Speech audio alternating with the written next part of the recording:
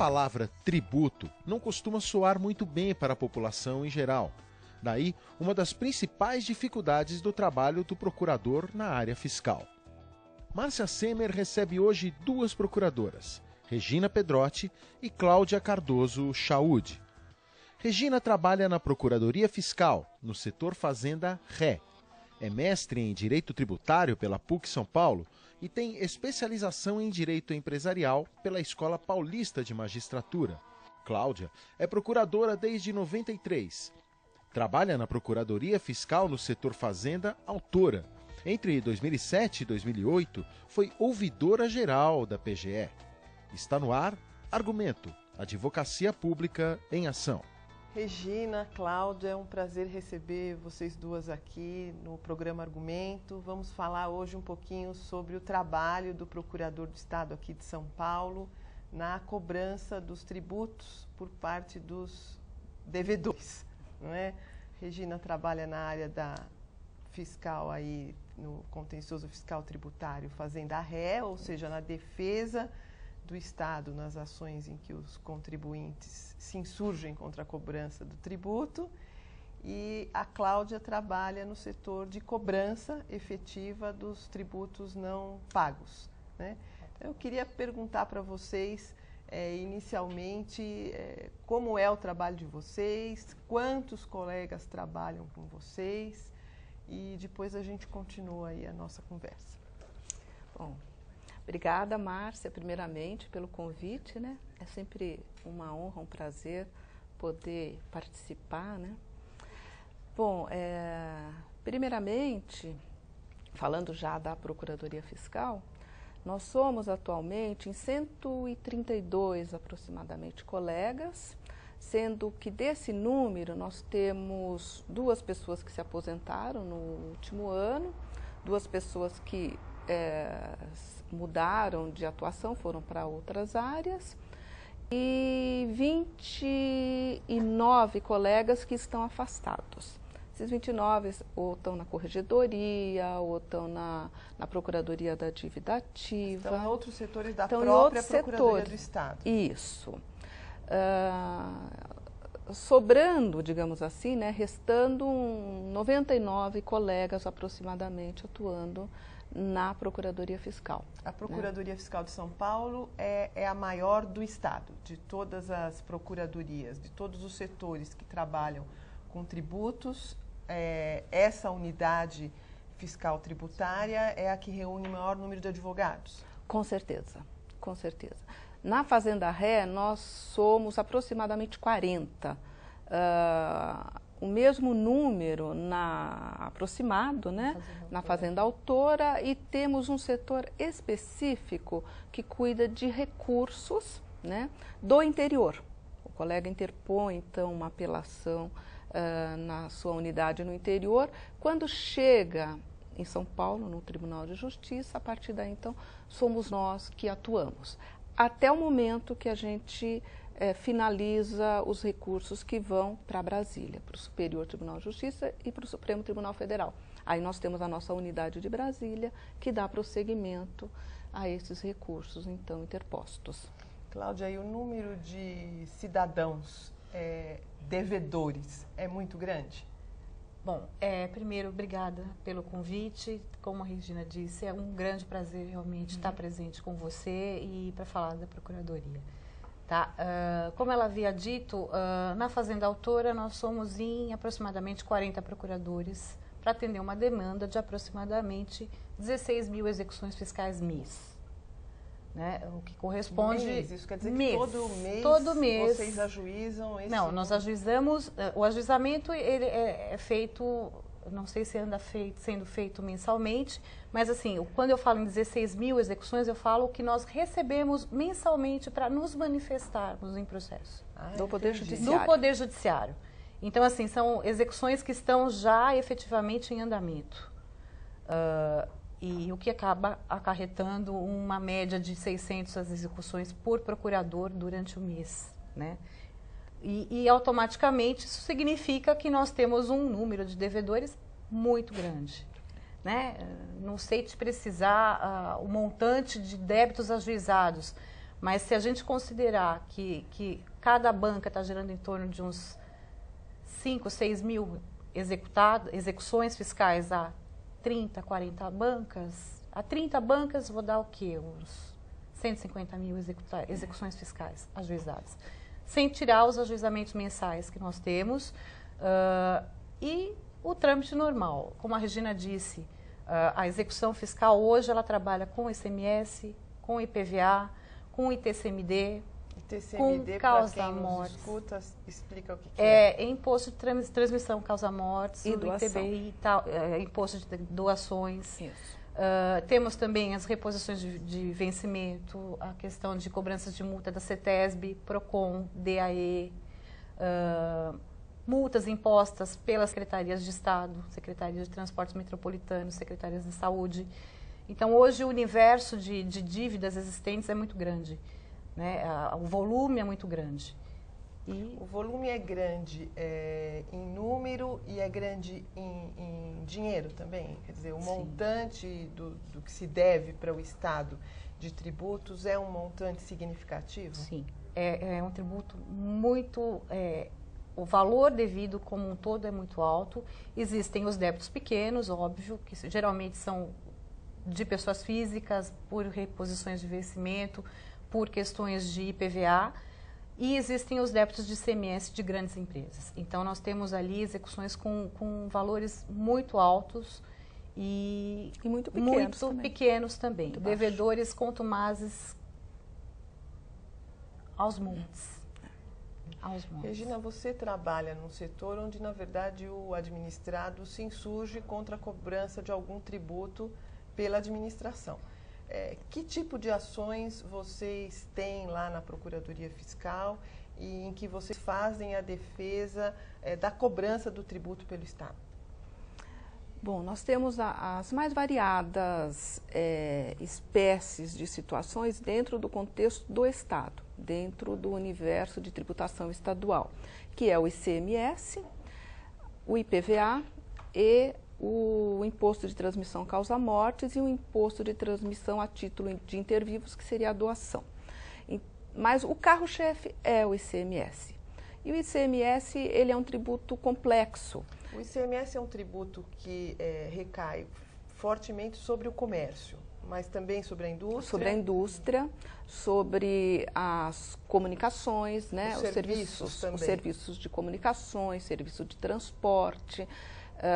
É uma gama imensa de situações, é uma gama imensa de incidências.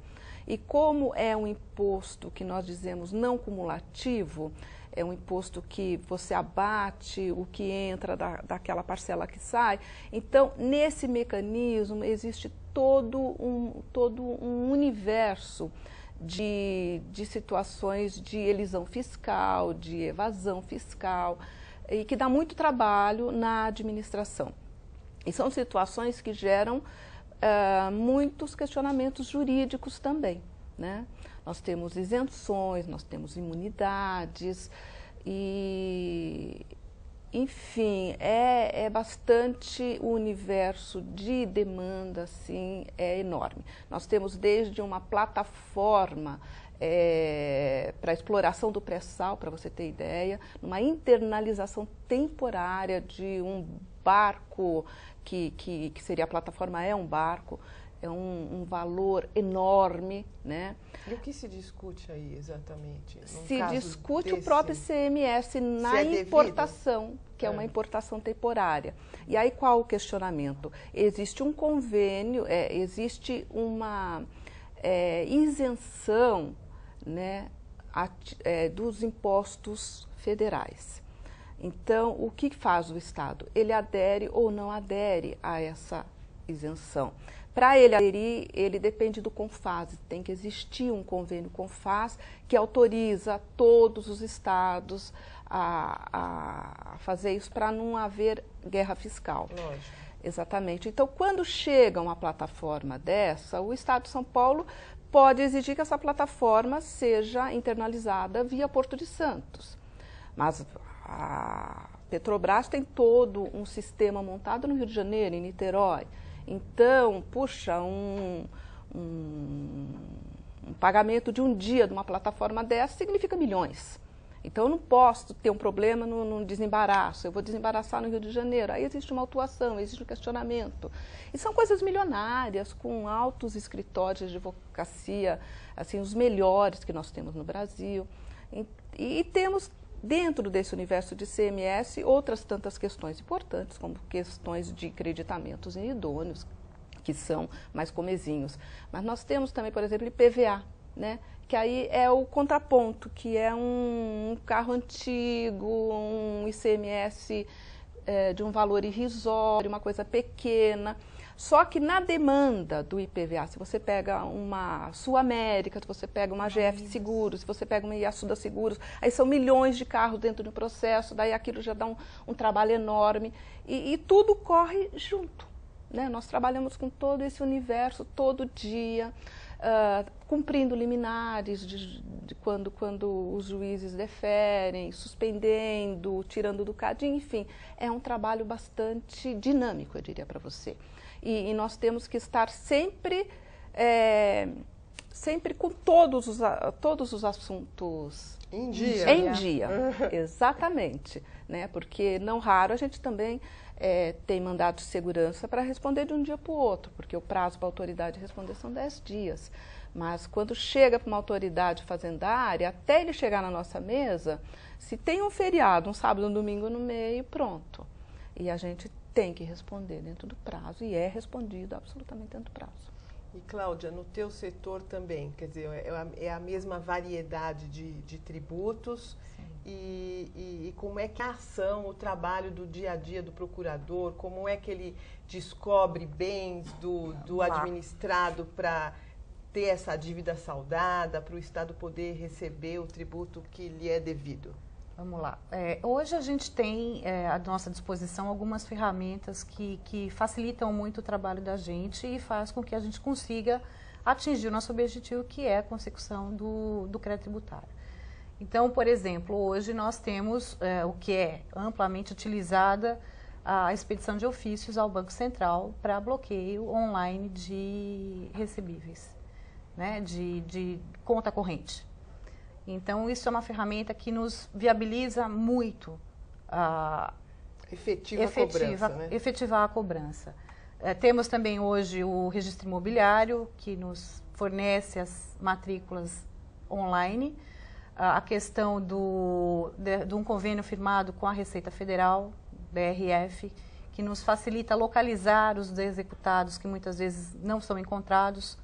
Então, nós temos acesso às declarações dos últimos, não de bens, mas as declarações de endereço da última declaração apresentada, o que faz com que aqueles devedores que estavam sumindo sejam localizados e aí a gente consiga citá-los e providenciar ali o bloqueio de conta corrente. Como alternativa, temos também a penhora de faturamento para empresas, comerciantes e indústrias para penhorar dentro do que o nosso Superior Tribunal de Justiça entende como viável, seria os 5% do faturamento, o que não obstaria o andamento da empresa. Nós conseguimos penhoras deferidas para para penhora do faturamento, fazendo com que o contribuinte seja obrigado a depositar mensalmente o valor que foi penhorado. E estamos partindo também, e aí um pouco diferente do que existe hoje do cartão de crédito, da operação cartão vermelho, né? Que nós solicitamos autorização judicial para efetuarmos bloqueio de recebíveis junto às operadoras de cartão de crédito. Você falou aí de operação cartão vermelho, o que é isso? Operação cartão vermelho, é alguma iniciativa eu acho melhor. Do Estado para dar mais efetividade às cobranças, enfim, para uma fiscalização mais adequada aí Na realidade, acho que já falou, eu falo porque, na verdade, essa operação cartão vermelho, ela ainda está sendo discutida, né? Mais na Fazenda Ré. Ela é uma novidade. No é uma novidade, exatamente. No que ela consiste? Ela consiste numa legislação estadual, no sentido de que as operadoras de cartões, tanto de débito quanto de crédito, elas têm que informar a Secretaria da Fazenda mensalmente sobre a movimentação, né, das empresas que operam com elas. Então, veja, a Secretaria da Fazenda todo mês tem esse montante de informações. E óbvio que a Fazenda do Estado, ela faz um paralelo entre o que aquele contribuinte declara a título de ICMS com o volume de movimentação que informa o cartão de crédito. Então, a base de cálculo do imposto é que é verificada. E, por óbvio, que às vezes existe uma divergência. Isso pega fundamentalmente quem trabalha com serviços, né? Comércio. Normalmente lojas, né? Lojas grandes, comerciantes, como também comerciantes medianos e pequenos. E aí tem todo, então, um questionamento aí acerca dessas operações, alegações de quebra de sigilo e tal. E é uma questão que estamos começando um embate judicial, né? Nós temos já algumas decisões favoráveis à Fazenda, mas também temos algumas decisões não tão favoráveis, mas que nós ainda estamos começando a discutir. Está chegando no Tribunal Estadual agora, mas com certeza ainda vai. Agora, essa legislação a qual você se referiu, uma legislação que já existe, está assentada no Estado de São Paulo. Sim. Então, mensalmente, a Secretaria da Fazenda faz esse cotejo entre entre as informações fornecidas pelo cartão de crédito, pelas operadoras e as informações prestadas pelos contribuintes. E isso tem dado um volume grande de diferença pelo que você está... Com certeza. Com certeza. E com base nessas informações que são prestadas, surge para nós que estamos na Fazenda Autora o conhecimento da existência de recebíveis, que automaticamente faz com que nós solicitemos a ordem judicial de bloqueio para garantir exatamente do valor de cada dívida. Então, essa discussão que ela coloca acerca de legitimidade ou não, na Fazenda Autora ela ainda não chegou. Porque são situações distintas. São situações distintas. Aqui, a operadora está informando o giro. Sim, ali, nós estamos penhorando, solicitando a penhora em cima daquilo que a operadora vai transferir para o contribuinte a título de repasse.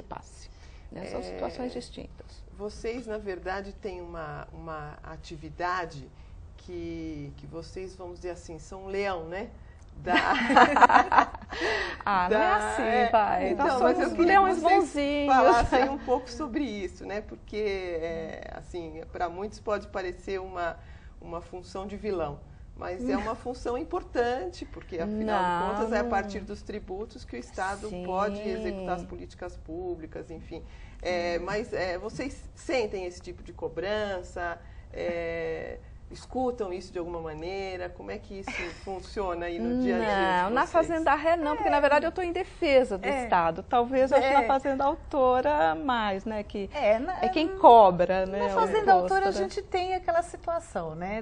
Dos grandes devedores, que são aqueles que realmente não pagam e não pagam uma dívida, não paga sempre. Em contrapartida, alguns nos acham vilões, como são os pequenos devedores, né? Então, são os contribuintes pessoas físicas que têm o seu veículo, o seu IPVA, que não pôde recolher no mês, aquela empresinha, a mercearia da esquina, que tem um débito pequenininho e que passou por dificuldades financeiras e não pôde pagar. Então, esses nos veem com olhos de carrascos, né? E as grandes empresas não se manifestam. Então, muitas vezes a gente atende em plantões, eu já atendi, inclusive, um contribuinte que chegou para mim e falou: doutora, mas eu não paguei porque eu não tive dinheiro para pagar. Eu queria pagar, mas eu não posso. Eu falei, e a gente não tem o que fazer. É lógico. Porque nós estamos adscritos à lei, então a gente não pode agir de forma diferente, apesar de, muitas vezes, a gente até ficar com pena. Agora, não é possível o contribuinte, por exemplo, que está com dificuldade de fazer um pagamento, parcelar esse pagamento? Como é que isso funciona? Isso existe? Existe. O parcelamento hoje ele é feito diretamente pelo próprio contribuinte no site www.dividativa.pge.sp.gov.br. Então, ele tem, dentro desse site, a possibilidade de consulta às dívidas que ele tem e fazer o pagamento integral do débito ou o parcelamento. Então, ele próprio seleciona as dívidas e faz o parcelamento no prazo permitido pela legislação vigente. Né? E ele pode até fazer umas simulações, pode, não pode? Ele pode simular, ele se pode quer fazer simular em 12, em 24. Ver se, alcança, se ele pode pagar aquele valor, se não dá, ele muda, tenta o outro, enfim. Quer dizer, o Estado disponibiliza, disponibiliza. a própria Procuradoria-Geral do Estado disponibiliza essa possibilidade. Porque também é importante que quem nos assiste saiba que é competência da Procuradoria-Geral do Estado o controle da dívida ativa, né? A inscrição do débito tributário e o controle da dívida ativa, né? A dívida ativa é o montante de tributos não pagos, né, pelos contribuintes. E a Procuradoria, portanto, é que o contribuinte deve procurar quando tiver numa situação de dívida para com o Estado. Da dívida já inscrita, né? Sim. Porque antes da inscrição ainda é competência da Secretaria da Fazenda. Exatamente.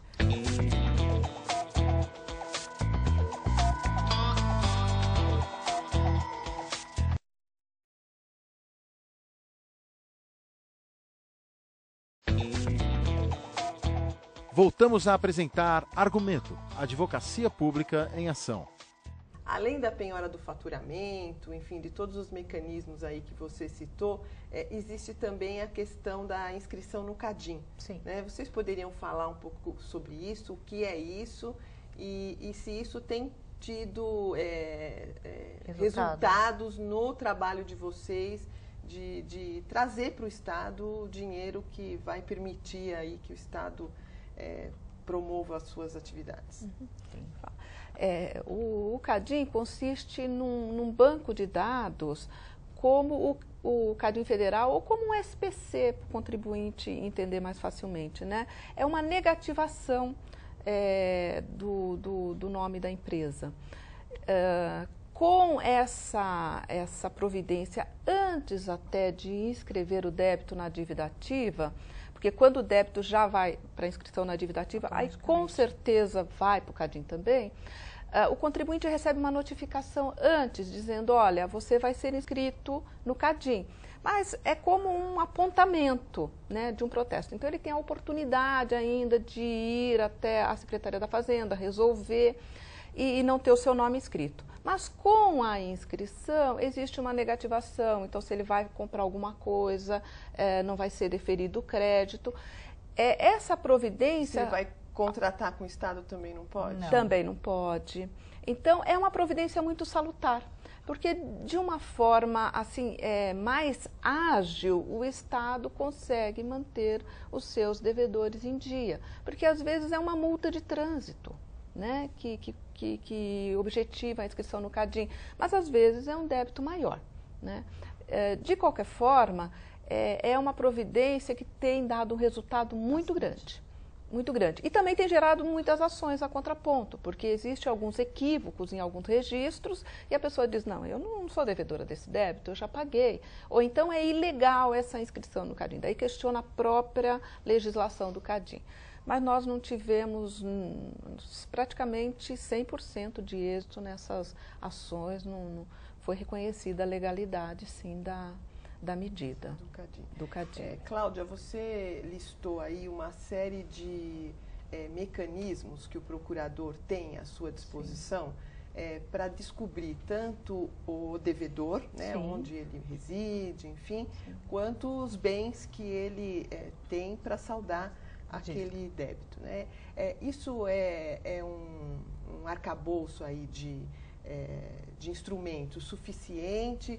Esse arcabouço pode ser melhorado? Esse arcabouço já foi pior? Qual é a situação que existe hoje para o profissional do direito cobrar do Estado, cobrar para o Estado o que lhe é devido? Eu acho que a gente teve um avanço muito grande. Hoje a gente pode dizer que nós temos medidas mais ágeis e eficazes do que tínhamos há 10 anos atrás. Mas ainda a gente pode melhorar. Eu acho que tudo a gente consegue melhorias, né? Existe possibilidade de você ter uma eficácia melhor. Por exemplo, quando a gente coloca a questão de uma penhora de faturamento. Essa penhora de faturamento, ela depende de outras questões, né? Ela depende de uma lavratura, de um auto de penhora, como ela depende também de um mecanismo para coagir o devedor a fazer o depósito mensal dessa quantia que foi penhorada. Então, assim, óbvio que existem mecanismos que nós estamos buscando para tornar isso mais eficaz. Né? Muitas vezes buscando até o auxílio da própria Secretaria da Fazenda, a fiscalização nos auxiliando para tornar as nossas medidas mais eficazes. Eu acho que todo o trabalho que se tem para buscar o crédito tributário é válido e a gente tem que buscar novos mecanismos. Nós tivemos uma grande perca nessa questão de coercitividade, que foi o reconhecimento pelo STJ do STF da impossibilidade de prisão de depositário infiel. Então, por conta disso, a gente está buscando mecanismos para coagir esse depositário a cumprir o seu papel. Mas olha, eu queria agradecer demais essa entrevista com vocês, parabenizá-las pelo trabalho que desenvolvem na Procuradoria Fiscal, Obrigada. Assim como todos os colegas da Procuradoria Fiscal.